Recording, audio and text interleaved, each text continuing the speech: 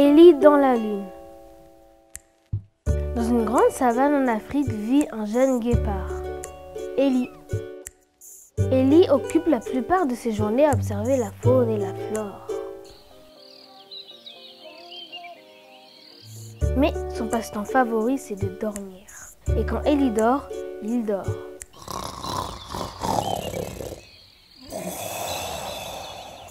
Il aime bien se retrouver seul, surtout depuis l'adolescence.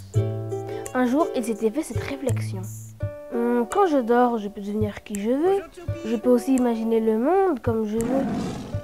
Comme il aime imaginer le monde autrement que ce qu'il est vraiment, il décide de dormir le plus possible. Élie a quelques amis, mais il ne les voit que de temps en temps, quand il ne dort pas. Mais la plupart du temps, il passe ses journées à rêvasser. Au début, ses amis ne comprenaient pas pourquoi Élie s'isolait comme ça. Élie, parle-nous! Pourquoi tu t'isoles comme ça? Nous sommes tes amis, explique-nous. Puis, ils finirent par prendre l'habitude sans plus trop s'inquiéter. Mais comme chaque année, la grande fête du village a lieu. Élie est obligé de retrouver les autres habitants. Mais il ne veut pas du tout. Mais Élie est aussi un guépard et comme les autres guépards, il aime courir.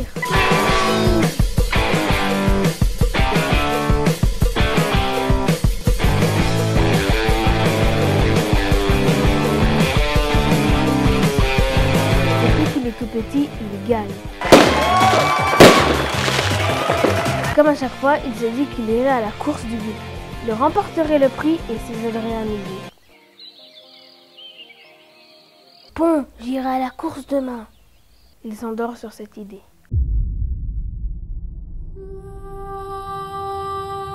Élie rêve beaucoup.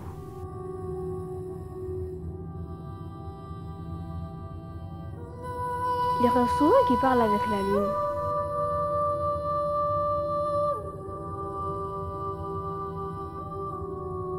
Que fait un guépard seul?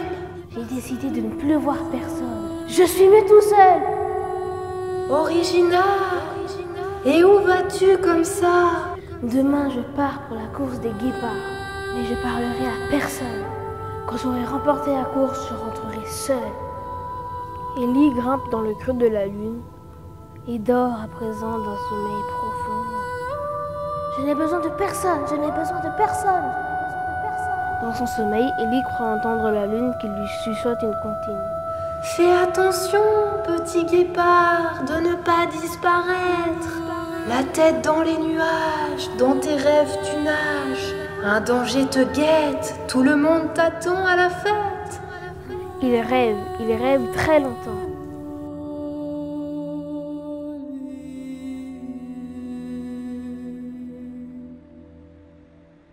À son réveil, il s'aperçoit qu'il est très loin de chez lui. Il ne voit plus du tout sa maison. Il avait été capturé par des braconniers et il ne s'en était même pas rendu compte. Autour de lui, des humains déclenchent des flashs éblouissants.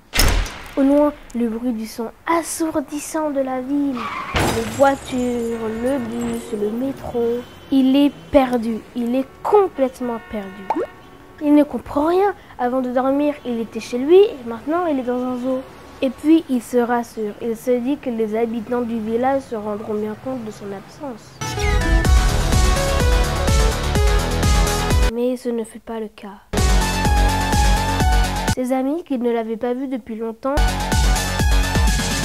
se disent que Élie ne voulait plus sortir du tout. Sur l'étang se tient le grand ballet annuel.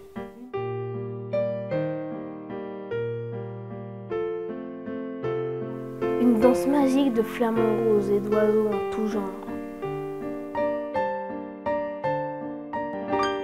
Les araignées font leur numéro de claquettes.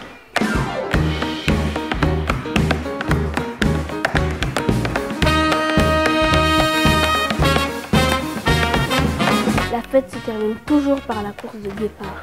Les habitants du village affluent sur les tribunes, mais Élie n'est pas là. Mesdames et messieurs, la course à Noël sera reportée cette année. Il nous manque un concurrent. Oh, bouh! Ses amis se disent. Il aime tellement rester seul qu'il a choisi de renoncer à la course. Il était tellement doué. Fait dommage, mais fait fonfois, oublions-le. Mais ils étaient loin d'imaginer où était Ellie en ce moment. Épuisé de n'avoir rien mangé depuis longtemps, il s'endormit. Dans son sommeil, il a la sensation que la lune lui chuchote des mots. Fais attention, petit guépard, de ne pas disparaître. La tête dans les nuages, dans tes rêves tu nages. Tout part à volo, échappe-toi du zoo, échappe-toi du zoo. Il fut réveillé en sursaut car il n'était pas seul dans la cage. Une zèbre en colère tentait de faire peur aux touristes. Ah, allez-vous-en, je vous mange! Oups, excuse-moi, je t'ai réveillé. Comment tu t'appelles? Ellie. Et toi? Samy, enchantée. Elle était charmante. Et Ellie, qui n'avait plus l'habitude de parler à qui que ce soit, était un peu gênée. Mais petit à petit, ils devinrent très amis et Samy lui présenta tous les amis du zoo. Je suis bête de m'être isolée comme ça. Maintenant, personne ne sait que j'ai été enlevée. Mes amis me manquent. Il faut s'enfuir! Il faut s'enfuir! Crie un perroquet qui avait perdu beaucoup de plumes en voulant passer les barreaux de sa cage. Mais oui, c'est donc cela, Ellie avait trouvé la solution. Utiliser les compétences de chacun pour quitter le zoo. Tout le monde était partant. Ils établirent un plan. À la tombée de la nuit, ils étaient en place.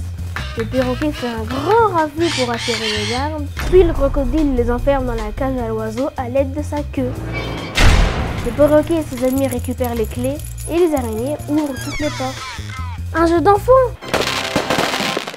Ellie explique qu'il vit dans un merveilleux village dans la savane et que bien évidemment ils sont tous les bienvenus. Arrivé au village, Ellie présente ses nouveaux amis aux autres habitants. Et surtout présente ses excuses à tout le monde. Il s'était rendu compte que s'isoler n'était pas une solution. Je suis désolée, dorénavant je ferai plus attention aux autres, c'est promis. Comme Ellie aimait beaucoup rêver et imaginer le monde autrement, il devint un grand romancier. Et tout le village était impatient de découvrir ce que Ellie avait bien pu imaginer. C'est l'histoire d'un mec.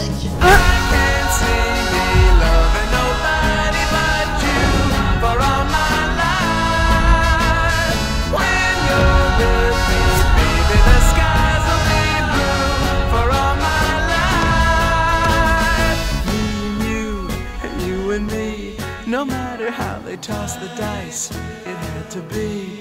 The only one for me is you, and you for me. So happy together.